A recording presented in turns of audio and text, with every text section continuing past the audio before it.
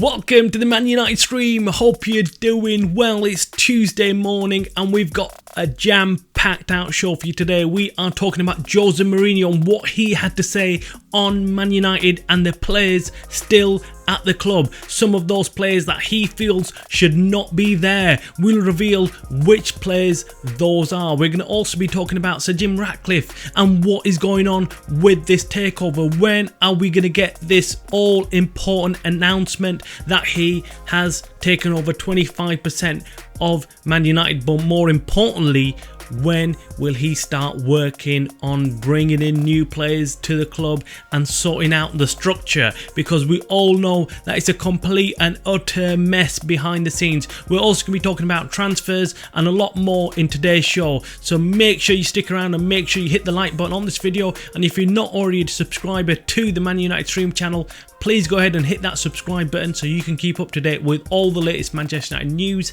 and opinions. Now, before we kick off today's show, I just want to say a huge thank you to everybody out there that's been subscribing to the channel. It means a lot to everybody, me and people behind the scenes that have been working tirelessly. We feel like the comments that we're getting back, the support we're getting back from the Man United community is huge. So thank you very much for supporting us, and we'll carry on doing this. Okay, so let's kick off today's show with Jose Mourinho.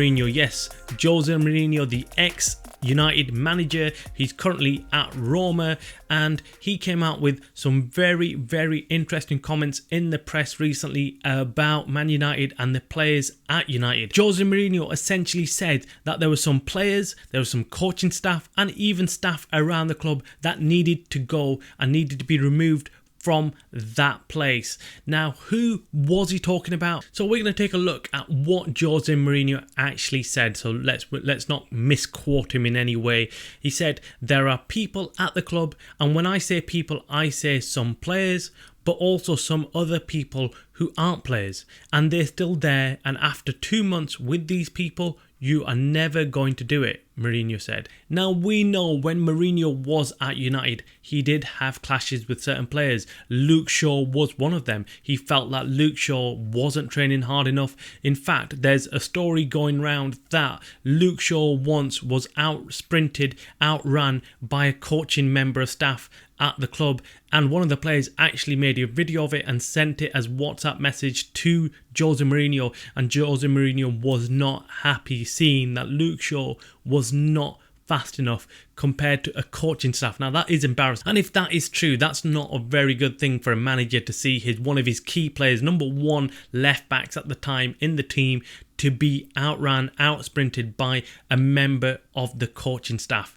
However, since that time, we can see that Luke Shaw has developed, has become a better player at United, and is doing well, without a doubt. We have to accept that he is a pivotal player for United right now. There were other players that Mourinho, of course, didn't get on with as well. There was the likes of Anthony Martial that he was not pleased with, felt he wasn't committed enough at the club, and did not give it his all. And we all United fans can accept.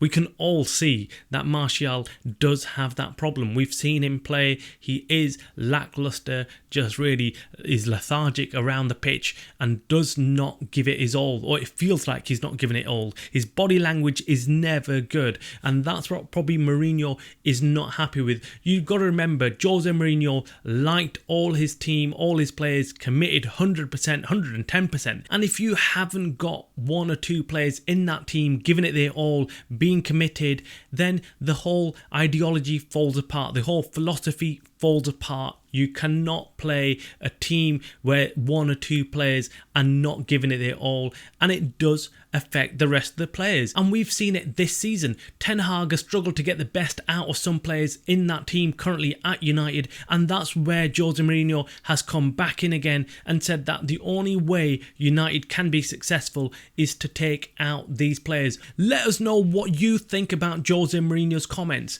Do you feel he's in the right, or do you think he's just taking taking a pop at United whilst they're down. Now, I agree with Jose Mourinho 100%. I've spoke to other people behind the scenes as well, all agree that Jose Mourinho has got a point. There are players in that dressing room that just drag the team down, and you can see that they're not committed to the cause and do not give it their all. And you cannot have these type of players in that dressing room. And if we as fans are absolutely honest with ourselves, we need these players out of that dressing room. There's no point having favourites, no point having the likes of Sancho and other players in there who are not giving it their all. If they're not giving it their all and you're paying them to do a job and they're not doing that job, well then in that case you need to put them on the transfer list and get rid of them as quick as possible, because you need committed players, you need players that are giving it their all and actually want to be in that red United shirt. Okay, so now turning our attention to this ever long drawn out process of Sir Jim Ratcliffe buying 25% of United and having some control of the footballing elements at the club. Now, we're still waiting to hear when this is going to actually happen and once it's confirmed, and then we've still got the news as to what actually this means for the club. This is all hearsay. We're not hearing any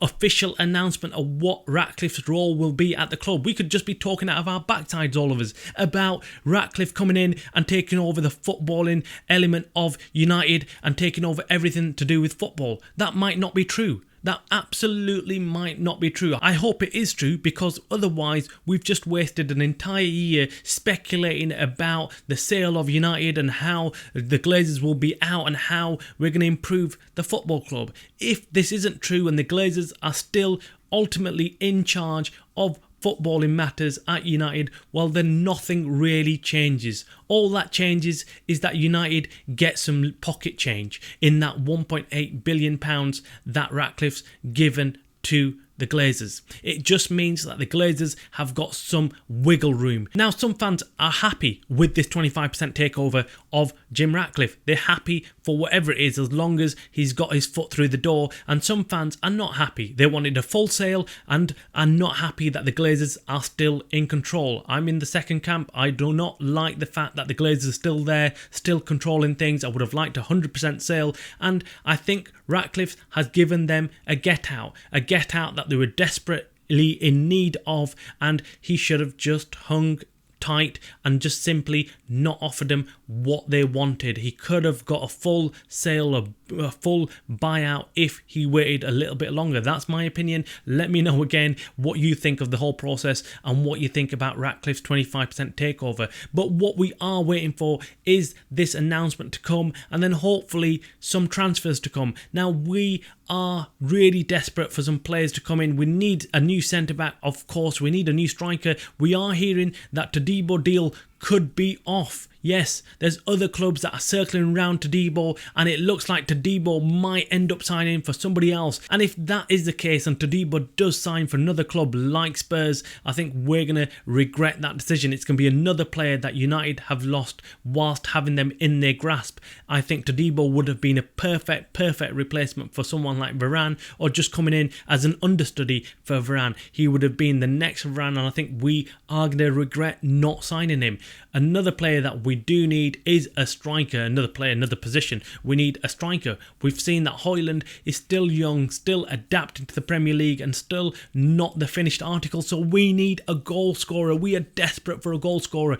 Let us know in the comments below what striker you would go for in the January transfer window. Do you know of any striker out there right now that would come into United and absolutely smash it? I do. I've said it many times. I've said, well, we need to kind of pull all the stops out and go for Ivan Toney. He is the best player right now available, looking to move, has said that he wants to leave Brentford, and we need to take everything we have and drop it at the doorstep of Brentford and get this guy, because he is a born goal scorer. We know he can do it in the Premier League. There's no point going around and bringing in somebody else, someone who we're not quite sure about whether he can do it in the Premier League or not. But this guy Tony knows exactly how to score goals in the Premier League, and that is what we're missing. That's a missing piece of jigsaw that we need in this team. Let us know what you think about this Ivan Toney suggestion, and if not Ivan Toney, do you have somebody else in mind? Who else could come in as a striker and do a great job for United? Make sure you hit the like button on this video, make sure you subscribe. You're watching the Man United Stream channel, a channel by the fans for the fans.